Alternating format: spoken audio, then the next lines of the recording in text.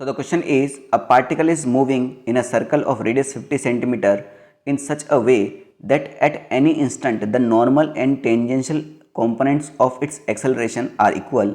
If its speed at t is equal to 0 is 4 meter per second, the time taken to complete first revolution will be इतना. Find the value of alpha.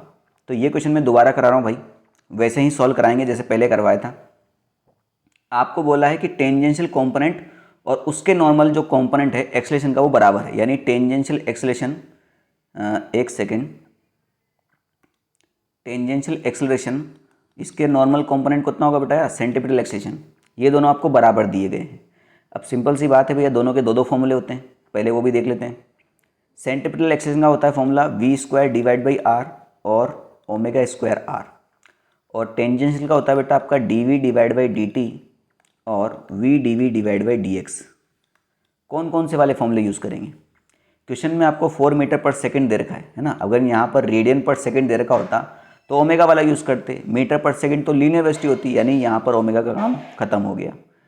T is equal to 0 पर दे रखा है, यानी जो आपका speed है वो time के ऊपर डिपेंडेंट होना चाहिए, यानी ये तो डिस्प्लेसमेंट के ऊपर है, इसका काम भी खत्म हो गया. यानी आपको simply V square divide by R जो है वो D V divide by D T के बराबर दे रखा है. क्लियर होगी बात?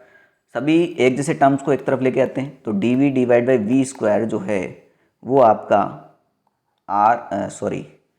D V divide by V square ये हो जाएगा आपका 1 divide by R D T के बराबर. ठीक है, यहाँ 1 है. आर कितना है बेटा आपका 50 सेंटीमीटर, तो ये हो जाएगा 50 डिवाइड बाई 100 मीटर, है ना, मीटर में कन्वर्ट करना पड़ेगा, तो ये हो जाएगा 1 डिवाइड बाई 2. तो बेटा ये 1 डिवाइड बाई 2 होगा तो 2 ऊपर चला जाएगा, सिंपल सी बात है ना. तो इसको मैं यहाँ से हटा देता हूँ, इसकी अभी कोई ज़रूरत नहीं है हमें. चलिए, तो हमें क्या पता है कि जो D V divide by V square है वो हमारा 2 डी टी के बराबर होगा. ठीक है, क्योंकि आर की वैल्यू क्या है 1/2, तो 1 यहाँ हो जाएगा, 2 ऊपर आ जाएगा. दोनों तरफ इंटीग्रेट कर देते हैं भाई. टी इज इक्वल टू 0 पर स्पीड कितना है उसका 4 मीटर पर सेकेंड, क्वेश्चन में दिया हुआ है, और T is equal to T पर स्पीड कितना होगा वो हमें नहीं पता, सिंपल सी बात है. अब 1 B divide by V square का इंटीग्रेशन क्या होता है, तो बेटा मैं 1 डिवाइड वी स्क्वायर को वी का पावर -2 लिख दूँ. इसका इंटीग्रेशन करूँगा तो -2 + 1 डिवाइड बाई -2 + 1 हो जाएगा, n+1 डिवाइड बाई n+1. तो ये v का पावर -1 डिवाइड बाई -1 होगा, इसको मैं -1 डिवाइड बाई v लिख सकता हूँ, है ना. ये जनरली सबको IIT के बच्चों को तो रटा हुआ ही होता है. तो इसका -1 डिवाइड बाई v हो जाएगा, तो ये हो जाएगा आपका -1 डिवाइड बाई v, लिमिट हो जाएगी आपकी 4 से लेके v तक, और 2 कांस्टेंट है, dt का इंटीग्रेशन आपका t हो जाता है 0 से लेके t तक. माइनस को बाहर निकाल लेते हैं, पहले अपर लिमिट तो 1/v माइनस लोअर लिमिट तो 1/4 इज इक्वल टू ये हो जाएगा 2, t - 0 आपका t ही रहेगा. इस माइनस को यहाँ से हटा के मैं यहाँ कर देता हूँ, तो मैं वेलोसिटी का इक्वेशन निकालना चाहता हूँ. ठीक है, तो अगर मैं वेलोसिटी का इक्वेशन निकालूंगा तो ये -1/4 इधर आ जाएगा. तो इक्वेशन क्या बनेगा भाई, प्लस माइनस का ध्यान रखना ना, क्वेश्चन का बहुत इसमें फीचर है प्लस माइनस का. तो -2t + 1/4. ठीक है, यही चेक कर लेते हैं, यही है ना. हाँ चलिए भाई, अब हमें जो वेलोसिटी है वो टाइम के रेस्पेक्ट में पता करनी है ना, तो कि तभी उसके बाद फिर दोबारा कोई काम बन सकेगा. तो ये हो जाएगा आपका 1/v, इसका एलसीएम ले लो भैया, इसका एलसीएम कितना आ जाएगा 4, तो ये हो गया -8t + 1, यही हुआ ना. तो v कितना हो जाएगा, इसका उल्टा कर दो, तो ये हो जाएगा 4 डिवाइड बाई 1 - 8t. अब वेलोसिटी को क्या लिख सकता हूँ मैं, सिंपली सी बात है बेटा, इसको तो मैं ds डिवाइड बाई dt लिखूँगा, है ना. क्यों लिखूँगा, क्योंकि क्वेश्चन में दिया हुआ है आपको कि भैया टाइम टेकन टू कंप्लीट इतना रेवोल्यूशन, जब वो रेवोल्यूशन कवर करेगा तो डिस्टेंस भी तो कवर करेगा ना, बस इसीलिए. तो dx/dt कितना हो गया आपका 4 डिवाइड बाई 1 - 8t. अभी क्वेश्चन बहुत बड़ा है भाई ना, थोड़ा टाइम लगेगा इसमें.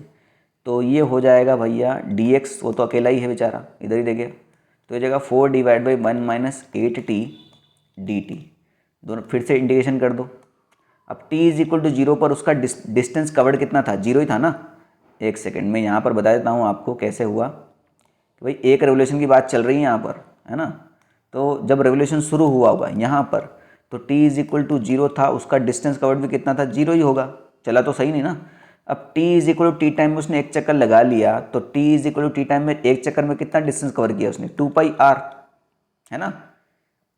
अब 2πr की वैल्यू भी निकाल लो, क्योंकि r आपको दिया हुआ है ना, r आपको दिया हुआ है, कितना दिया हुआ है बेटा आपको, 50 सेंटीमीटर दिया हुआ है, क्वेश्चन में जाके देख सकते हैं। तो इसकी वैल्यू भी निकाल लेते हैं यहीं पर।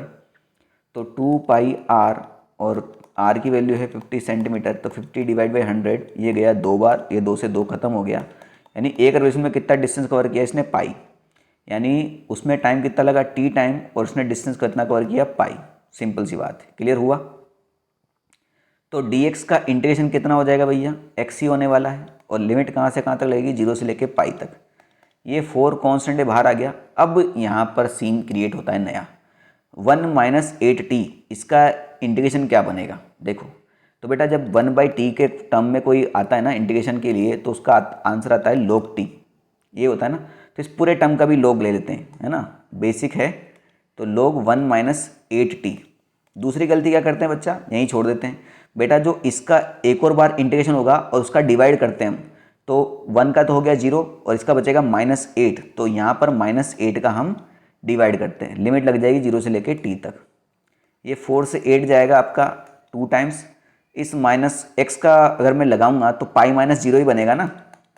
तो पाई माइनस 0 का मतलब क्या होता है, पाई हुआ ना, इस -2 को इस पाई से मल्टीप्लाई कर देंगे अगले टाइम में, ठीक है। तो ये हो जाएगा आपका -2π इज इक्वल टू, चेक कर लेते हैं बेटा एक बार, -2π log 1 माइनस 8t, ठीक है, log 1 माइनस 8t, उसका लिमिट 0 से लेके t। अगली गलती बच्चा यही करता है, जैसे हमने डिस्टेंस का किया ना, कि पाई माइनस 0 को हमने डायरेक्ट पाई लिख दिया, है ना। यहाँ पर हमने क्या किया, इस पाई माइनस 0 को हमने पाई लिख दिया सीधा, क्योंकि 0 तो हम लगाते ही नहीं कभी डायरेक्ट करने में चक्कर में।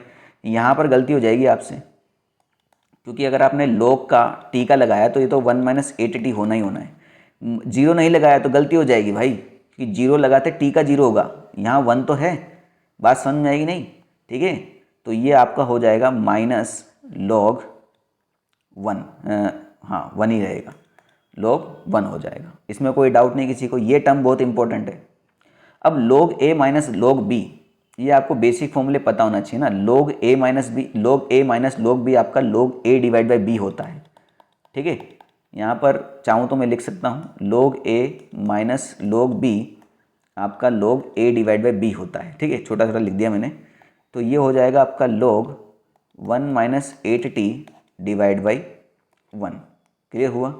चलिए आगे बढ़ते हैं भैया, ये log हो गया, तो अगर मैं log a लिखा है इधर इज इक्वल टू एक्स, तो a is equal to E का पावर x हो जाता है। ये वाली चीज़ भी आपको पता होना चाहिए, ठीक है।